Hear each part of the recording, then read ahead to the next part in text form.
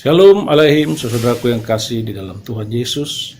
Hari ini, hari Minggu, tanggal 14 Juni tahun 2020. Seperti biasa, tadi pagi kita sudah melakukan ibadah secara online. Dan saya ingin menginformasikan kepada saudaraku yang tidak sempat mengikuti ibadah online di pagi hari ini mengenai rema-rema firman Tuhan dalam ibadah kita tadi pagi.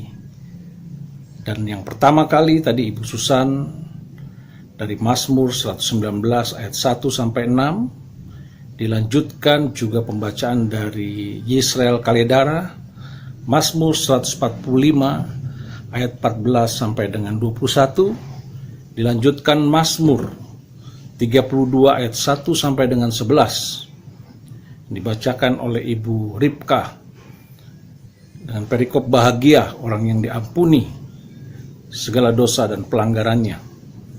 Lanjutkan juga tadi ada dari Pak Willy, dari Mazmur 148 ayat 1 sampai dengan 6. Ya, setelah kita memuji Tuhan, menyembah Tuhan, dan ada rema-rema dalam Mazmur tadi, maka Pak Frans juga berdoa. Di dalam doanya kita memperhatikan nanti bagaimana berhubungan juga dengan apa yang dia telah dimazmurkan daripada saudara kita.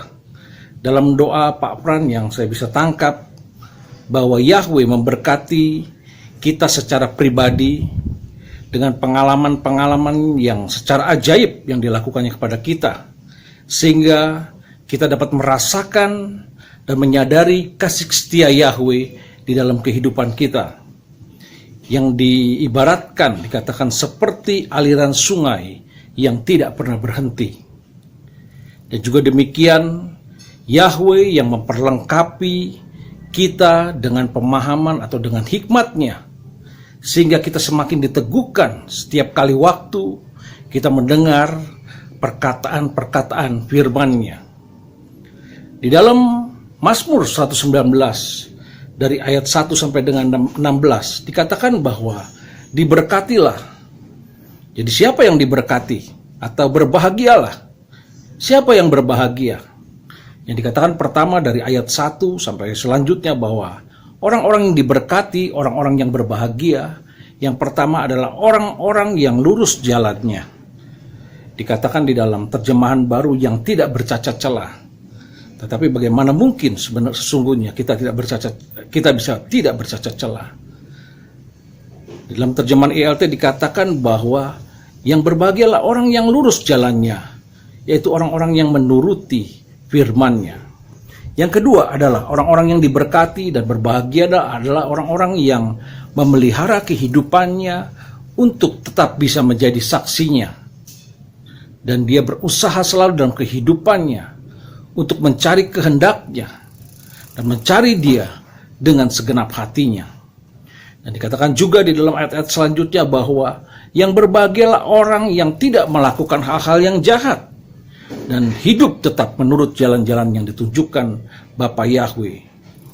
Dan dengan demikian langkah-langkah kita akan diteguhkan dan kita bisa berpegang pada firman-Nya. Jadi artinya dalam hal ini ada kedua belah pihak. Dari pihak Yahweh yang memberkati kita dan selalu sanggup membuat kita menjadi orang-orang yang bersuka cita dan berbahagia. Demikian juga dari pihak kita. Kita perlu juga memperhatikan hal-hal berikut yang selanjutnya di dalam Mazmur 119 dalam ayat yang ke-10 dan selanjutnya. Dikatakan bahwa kita orang-orang yang ingin berbahagia dan diberkati oleh Bapa Yahweh, kita harus memiliki suatu keputusan di dalam hidup kita untuk selalu mencari Yahweh dengan segenap hati kita. Dikatakan, maka firman-Mu kusimpan di dalam hatiku, supaya aku tidak berdosa kepadamu, dalam ayat yang ke-11. Dan kita setiap waktu mau diajar ketetapan-ketetapan Yahweh, dan kita mau menuruti apa yang menjadi ketetapan-ketetapannya, walaupun tadi secara manusia kita tidak sanggup, tetapi Dia telah memberikan roh bagi kita, sehingga kita mau diajar selalu apa yang menjadi kehendaknya dan apa yang harus kita kerjakan dan yang harus kita lakukan. Dan kita juga mau dipakai untuk memberitakan keputusan-keputusan atau ketetapan-ketetapan yang Yahweh berikan kepada tiap-tiap kita, sehingga membuat hal ini menjadikan kita orang-orang yang bersuka cita dalam hal-hal yang melebihi daripada harta dunia.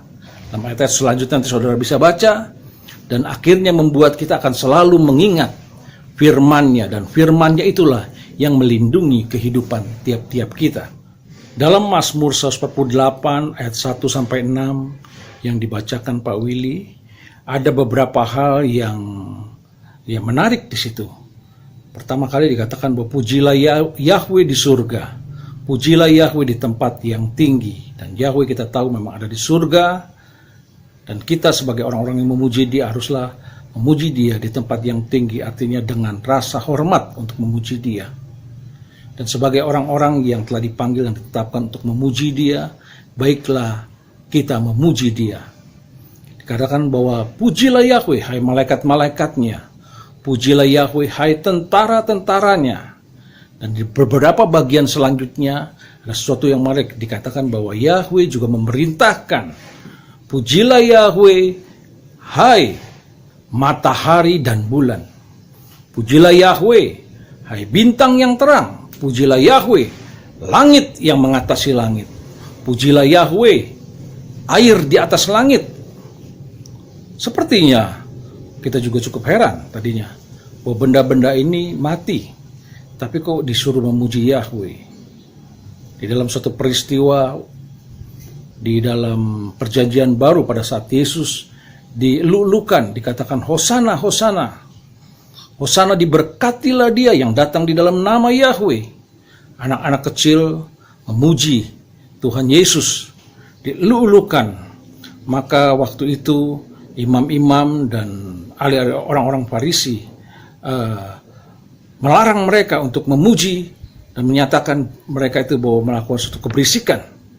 Tetapi Yesus berkata bahwa jika kamu tidak mau memuji aku, maka batu pun aku dapat perintahkan untuk memujiku.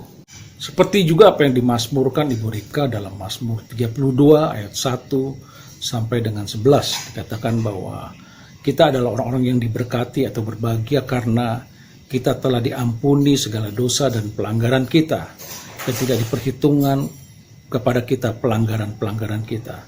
Memang setiap kita manusia tidak ada yang sempurna. Pasti kita memiliki kelemahan atau celah dalam hidup kita. Tetapi kita bersyukur bahwa seperti apa yang ditulis Rasul Paulus dalam Filipi 3, bahwa dia menyatakan kita yang sempurna hendaklah berpikir demikian. Apa yang dipikirkan? Bahwa kita melupakan apa yang di belakang kita, dan kita mengarahkan pandangan ke depan kita kepada panggilan surgawi. Karena kita yang telah mengaku dosa kita dan pelanggaran kita, dikatakan bahwa di dalam 1 Yohanes 1 ayat 9, Bapa Yahweh adalah setia dan adil. Dia akan mengampuni kita dan bahkan menyucikan kita dari segala kejahatan.